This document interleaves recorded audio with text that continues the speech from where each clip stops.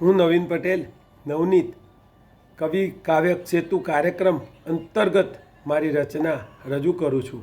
રચનાનું શીર્ષક છે પર્યાવરણ. છોડમાં વસે છે જરૂર રણછોડ, છોડમાં વસે છે જરૂર રણછોડ, નથી કરતા માનવ છોડ બચાવવા કદી બાંધછોડ. ભલે ઊભો રહી વિશાળ છત્રછાયા બની તરું, ભલે ઊભો રહી વિશાળ છત્રછાયા બની તરું, પગ કઠિયારો જ્યારે તાટકે તારે બને છે વરુ. તરુને સમજે છે જાણે પોતાની જોરું. આમ પૃથ્વી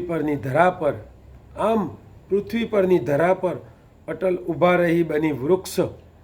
કુદરત થકી ગગન પર અપાયેલી આપત્તિઓ સામે ઝાડ બની અડીખમ ઊભા રહી બક્ષું છું હું સૌની જાન. વૃક્ષ બની ઊભો છું એટલે તો બચશે જરૂર પર્યાવરણ, નહીતર બનશે આપત્તિઓનું કારણ. કુદરત તરફથી અચાનક આવતી આપત્તિઓને અટકાવવા ઝાડ બની કરું છું હું રક્ષણ. જ્યાં હું વૃક્ષ, ઝાડ, છોડ કે તરુ બની આપું અઢળક સંપત્તિ સાથે માનવ, તું કાઢી નાખ મારું ન તું કારણ.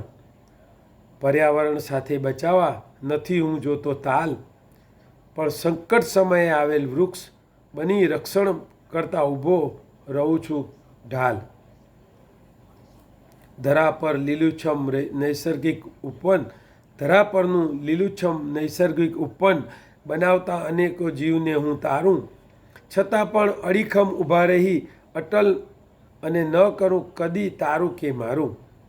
આજે નૈસર્ગિક પર્યાવરણનો કાઢી નાખતા ખો અને નોતરે છે અશુદ્ધ વાતાવરણ. જ્યાં જંગલોમાં મંગલને ઉજેડી બનાવી રહ્યા છે કોન્ક્રીટના જંગલ. હે માનવ, તું અમને બચાવવા કર આમ એક જ ધ્યેય, ઉઠો જાગો અને ખંખેરો આળસ. પર્યાવરણ બચાવવા માનવ જીવદીઠ વૃક્ષ વાવીએ અને કરીએ જતન. આમ વૃક્ષ સાથે અનેક વૃક્ષો રોપતા અટકાવીએ એનું પતન. પર્યાવરણ સાથે ધરા પર ચડાવીએ છાયડાનું આવરણ. નવીન પટેલ, નવનીત, બોરસદ.